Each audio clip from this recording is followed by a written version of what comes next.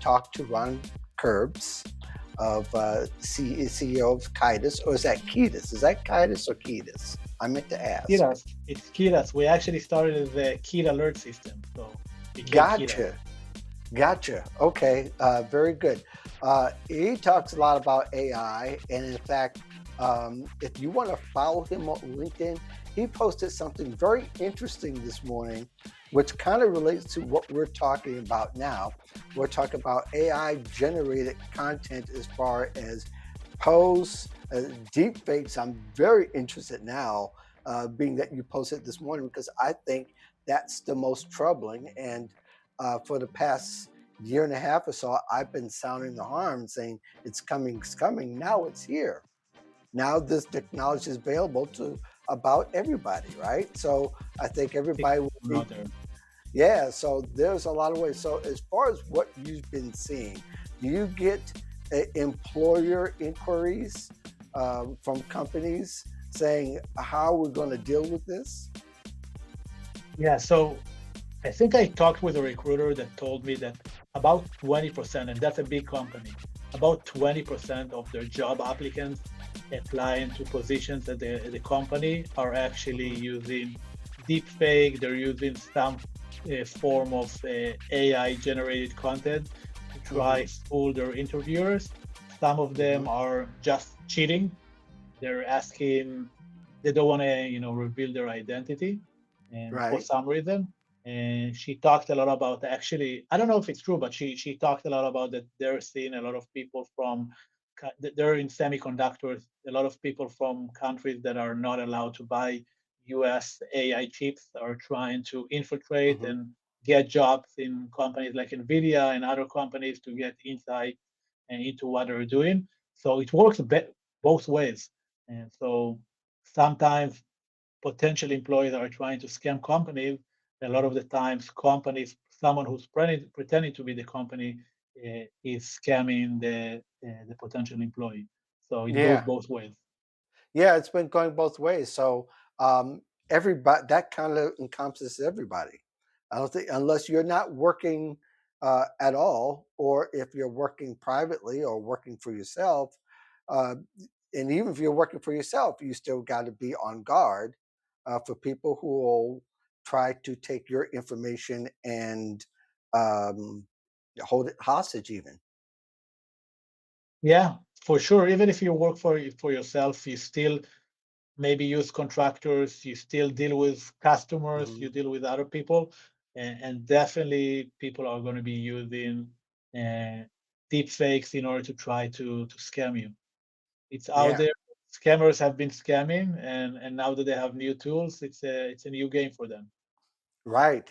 So as we were talking, um, we're hoping, and I'm hoping that you could provide some insight on how people can spot and avoid, and even go further, report and what have you, uh, the AI generated videos, or even posts or things that they say. I think posts kind of, people, they do enough deep enough research, they can get it. But we've been conditioned the last 5 or 6 years or longer that video shows authenticity, and it shows that people are willing to connect. So now we had this trust, and now we've got to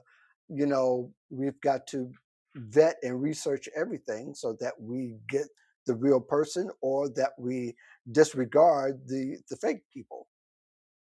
Yeah. So when we're talking about deepfakes, I think it's important to divide it to three categories. The Okay. first categories are videos, fake videos. So imagine someone generating a video of a celebrity or a video of the president. They're saying Mm-hmm. something, they're talking for 2 or 3 minutes. That's Mm-hmm. one type of deepfake.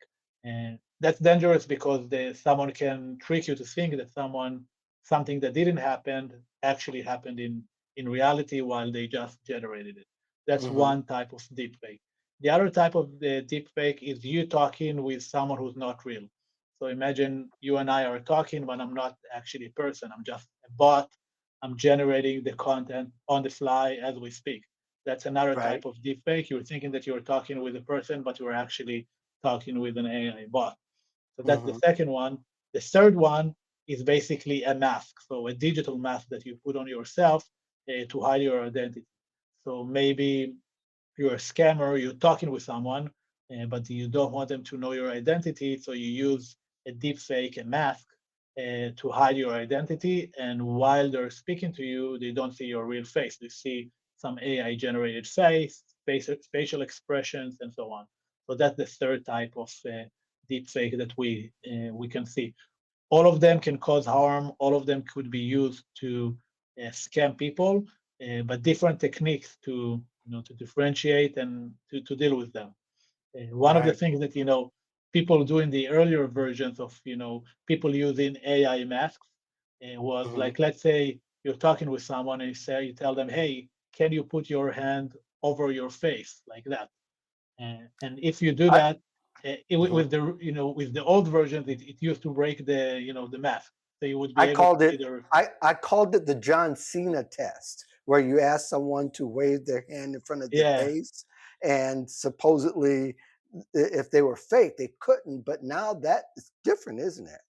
Yeah, it's different. Now they can do it at the earlier versions, like when we talk about the earlier versions of a year and a half ago or something like that, you couldn't do that. And now Hmm. you can do that. It's sophisticated enough to allow you to do that. So Right. what can you do? Right. And a lot of those things rely on the addresses that you get it from. So if you're a company and you're communicating with someone, there is almost no way to verify personal Gmail addresses. And it's very Hmm. hard. There is a way, but Right. it's very hard to do that. But if you're talking with a company and you're thinking about uh, your you're not sure that you're talking with the company, check the email address. The Hmm. email address is signed. They own the address, and if it's the legitimate address, email address, and URL address of the company, you would be able to tell. So because it's such a difficult problem, you can rely on other signals, and the other signals could be legitimate numbers, legitimate email domains, and Hmm. if they own those legitimate numbers and they contact you from those numbers, um, it helps clarify some of those issues. Yes, number could Hmm. be spoofed. There are a lot of other ways to do that, but that's the first indicator. If they contact you not from an official number or official address, or an address that seems like the official one, but is a little bit different, that's definitely a scam. If I could interject real quick, the I just had happen literally just in the past couple of hours, like where I go to church, my pastor had sent me a note uh, asking for something that was really out of the ordinary. For me, I didn't pay much attention to it till we got something, a message church wide later that saying that somebody's spoofing our pastor's address. And I checked, I went into Gmail and checked and saw that he doesn't send email through his Gmail. He sends it from the church email. And so I also know him. So I text him. I said, this is not, you don't use this email address, do you? And he says, no, it was spoofed. Got it. So, and that's understandable, being that this is the holidays, people, scammers play on people's emotions, and they're Sure. playing on this time of year. So that's one of the reasons why I want to have this session like soon. I mean, I've been talking to your people past couple of days. I said, let's do this quick because this is the holidays and more of that's going to happen, even as we speak, and as people probably experience, like I did, that you've got to check everything, even if it seems like an ally or if somebody's connected. If it's unusual on court request, you almost have to be use your spidey sense to detect behavior, saying that this is not the way a professional behaves. This is not the way my people behave. This is not the way my contacts usually behave. Yeah, and a lot of people use double verification, which I like. Which double verification basically means that you get a message from someone on on your email the next thing that you do is you text their number. So Yes. use two form of channels in order to verify.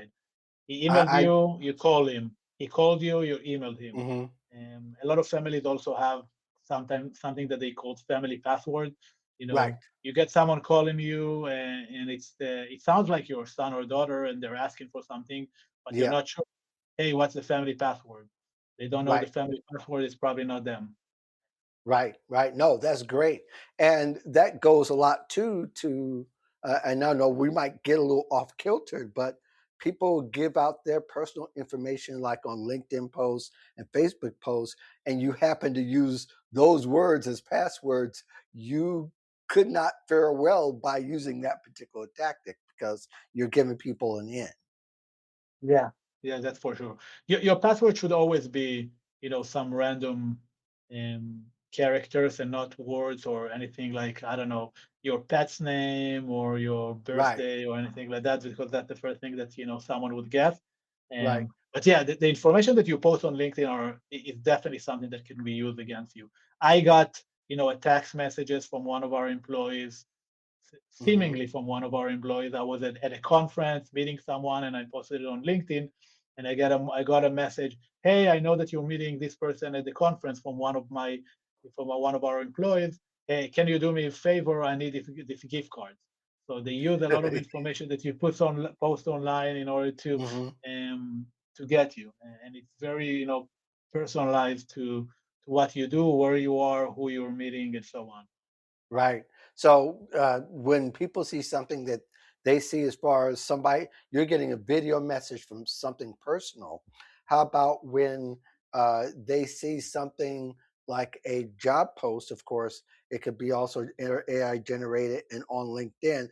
They just definitely dig deeper and contact the company. Or contact maybe people connected to the company that you know are real and ask them, hey, is your CEO or is your company pushing this kind of thing out just to be sure? Because really, by the eye test, it's hard to see, it's hard to tell.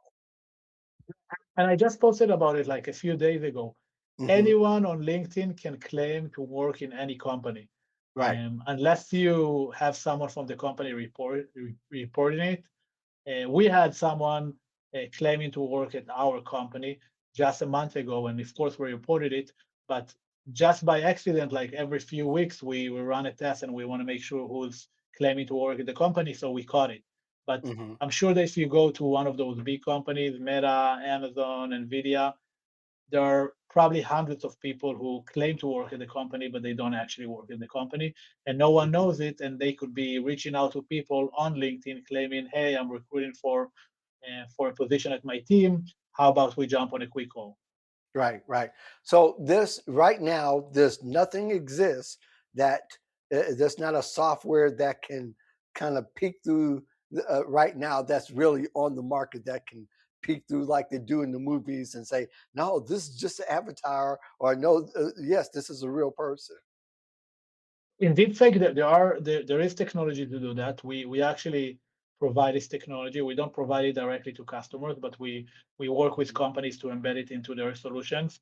And Gotcha. we also have, not to be too promotional, we also have solutions that help people to understand if scammers are calling them by analyzing the voice conversations, and also hmm if scammers are texting them by analyzing the text messages. So there are solutions out there. You just have to make sure that you're using one of them. And also, as with every solution out there, there is no you cannot replace common sense. So Right. you use solutions, you use tech, that's great, but still have common sense before you do hmm something stupid. Because Or even if if you you didn't get even if you didn't get an alert, it still could be a scammer. right. And that's not to say that there'll be real people who have real intentions but have scammy behavior in the sense that they just operate in a very suspicious way. And we're not talking about those people at this particular time because I think people will say, "Well, this thing is a scam and that thing is a scam." So no, this person just behaves badly, as opposed to somebody who's really trying to take your personal information and take your money. Yeah, that's for sure. Like I wouldn't want people to miss on great job opportunities just because they Hmm. think it's a scam. Sometimes recruiters reach out to hundreds of people. Sometimes they don't take the time to make it seem like legitimate, reach out. Sometimes, Right. yeah, that happens as well. Yeah. And there's some recruiters that use text. A few of them do to initially contact, but mostly what I've learned from my recruiter friends, we always ask for opt-in. We ask, can we send you these messages via text or email? And in fact, really, a lot of companies, banks, and creditors, insurance, etc., they ask you, can we send you messages via text up front? So that way, you won't be surprised when you get one, because nobody wants to miss an opportunity. But I think it might you people may miss an opportunity because they don't do enough research or they overreact to having gotten so many. For sure. That's a great, rule of thumb. If you get Hmm. a text message that you didn't ask for from, a legitimate company, a Hmm. bank, a credit card company, it's most likely a scam. Like they, Right, they will ask for your approval. right, right, and especially if if they need sensitive information, they'll go the extra mile. They would have contacted you by phone, by email, by text, but you know there are those who won't. Again, people just need to go deep enough down the hole sometimes to save themselves a lot of.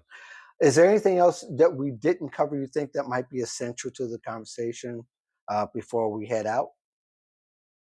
I think specifically because of the holidays, um, I know that some companies, unfortunately, some companies are laying off people just before the holidays. And some bigger companies don't want to pay, end of the year bonuses, and Hmm. they want to show that they cut people before the end of the year. It happened in quite a few big companies. It happened recently in Hmm. Verizon. It happened in a few other companies.